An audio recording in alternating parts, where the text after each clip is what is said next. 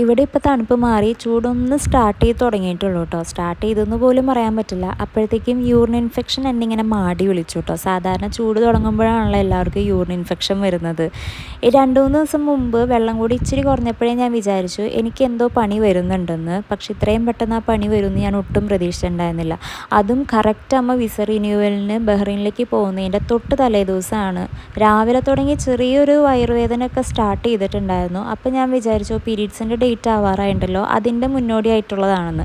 പിന്നെ പോകെ പോകെ രാത്രി ആയപ്പോഴത്തേക്കും എനിക്ക് മനസ്സിലായി ഇത് അതിൻ്റെ വയറുവേദനയല്ല, യൂറിൻ ഇൻഫെക്ഷൻ്റെ വയറുവേദനയാണെന്നുള്ളത്. പാതിരാത്രിക്ക് ഡ്യൂട്ടി കഴിഞ്ഞ് വന്നുകൊണ്ടിരിക്കുന്ന യാച്ചനെ ഞാൻ മെസ്സേജ് അയച്ച് ചോദിച്ചുകൊണ്ടിരിക്കുകയാണ് എപ്പോഴാണ് വരിക, എനിക്ക് വയറുവേദന എടുത്തിട്ട് വയ്യാന്ന്. യാച്ചൻ വിചാരിച്ചു എനിക്ക് ലൂസ് മോഷൻ എന്തോ ആണെന്ന്. പാവം വരുന്ന വഴിക്ക് ആ പാതിരാത്രി ഏതോ ഒരു മെഡിക്കൽ ഷോപ്പിൽ നിന്ന് മറ്റേ ഇഞ്ചിനീര് പോലത്തെ സംഭവം ഉണ്ടല്ലോ അതും വാങ്ങിച്ചിട്ട് വന്നു. എനിക്ക് വന്നപ്പോൾ തന്നെ തന്നു, വേഗം കുടിച്ചു, നന്നായിട്ട് പോയിക്കോളൂന്ന്. ഞാൻ പറഞ്ഞു ഇത് ലൂസ് മോഷനൊന്നുമല്ല, യൂറിൻ ഇൻഫെക്ഷനാണ്. പിന്നെ പാവം ആ നേരത്ത് വാങ്ങിക്കൊണ്ട് വന്നതല്ലേ, എങ്ങാനും ഇത് മാറണമെങ്കിൽ മാറട്ടെ എന്ന് വിചാരിച്ചിട്ട് ഞാൻ അങ്ങ് കുടിച്ചു കേട്ടോ.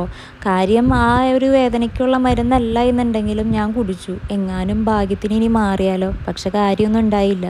പിന്നെ എല്ലാം ചാച്ചൻ തന്നെ എല്ലാ കാര്യങ്ങളും ചെയ്തു കേട്ടോ. കൊച്ചിന് ഉറക്കലും കൊച്ചിന് ഫുഡ് കൊടുക്കലും എല്ലാനും ഞാൻ അവിടെ കിടന്നും മലർന്നൊക്കെ പൊളയായിരുന്നു. കാരണം എനിക്കൊന്ന് നേരെ നിൽക്കാൻ പോലും പറ്റുന്നുണ്ടായിരുന്നില്ല. പിറ്റേ ദിവസം വെളുപ്പിനാകുമ്പോഴത്തേക്കും പോവുകയും വേണം ചാച്ചന്, അമ്മയ്ക്കും പോകണം. അപ്പോൾ എനിക്കൊന്ന് നേരെ നിൽക്കാൻ മതി എന്നുള്ള ഒരു പ്രാർത്ഥന മാത്രമേ ഉണ്ടായിരുന്നുള്ളൂ. ഈ ഒരു അവസ്ഥയിൽ എനിക്ക് നാളെ എന്ത് ചെയ്യാൻ പറ്റും എന്നുള്ളൊരു പേടി ഉണ്ടായിരുന്നു എനിക്ക്. അതുകൊണ്ട് തന്നെ വെള്ളം കുടിക്കുക, യൂറിൻ പാസ് ചെയ്യുക, വെള്ളം കുടിക്കുക, യൂറിൻ പാസ് ചെയ്യുക, അങ്ങനെ അത്യാവശ്യം നേരെ നിൽക്കാനുള്ളൊരു ആരോഗ്യം കിട്ടുന്നവരേക്ക് ഞാൻ ആ വെള്ളം കൂടി നിർത്തിയിട്ടേ ഉണ്ടായില്ല. ഇതെനിക്ക് അങ്ങ് നേരത്തെ ചെയ്താൽ മതിയായിരുന്നു. വെള്ളം കൂടി നിർത്തി അല്ലെങ്കിൽ വെള്ളം കൂടി കുറച്ചതിൻ്റെ ആ ഒരു റിസൾട്ടാണ് ഞാനിപ്പോൾ അനുഭവിച്ചുകൊണ്ടിരിക്കുന്നത്. കണ്ടകശനി കൊണ്ടേ പോവുള്ളൂ എന്ന് പറയുന്നത് വളരെ സത്യമായിട്ടുള്ള കാര്യമാണ്. പിറ്റേ ദിവസം രാവിലെ എണീറ്റപ്പോഴത്തേക്കും പീരീഡ്സും കൂടിയായി. അതിൻ്റെ വയറുവേദന വേറെ. ആഹാ, അടിപൊളി. ഈ എല്ലാ ഫ്രസ്ട്രേഷനും ദേഷ്യവും ഒക്കെ ഞാൻ ആരുടെ അടുത്താണ് തീർക്കണേന്നറിയോ? എൻ്റെ കെട്ടിയോൻ്റെ അടുത്തും എൻ്റെ അമ്മയുടെ അടുത്തും.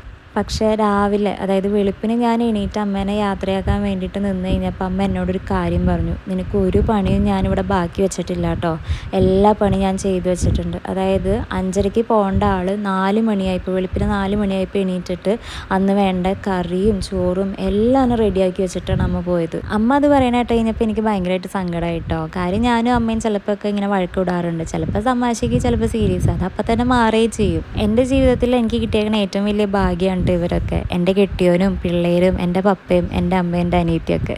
അതിന് ഞാൻ ദൈവത്തിനോട് എന്നും കടപ്പെട്ടും നന്ദിയൊക്കെ ഉള്ളവളായിരിക്കും. ചാച്ചൻ ജോലിക്ക് ഇറങ്ങുന്നതിന് മുമ്പേ ഞാൻ ചോദിക്കും ഇന്നെപ്പോഴാണ് വരാമെന്ന്. നേരത്തെ വരുമെന്ന് കേൾക്കുമ്പോൾ ആ ഒരു സന്തോഷം ഉണ്ടല്ലോ, അത് പറഞ്ഞറിയിക്കാൻ പറ്റാത്ത സന്തോഷം. അപ്പോൾ നമുക്ക് ഇനി അടുത്ത വീഡിയോയിൽ കാണാം കേട്ടോ.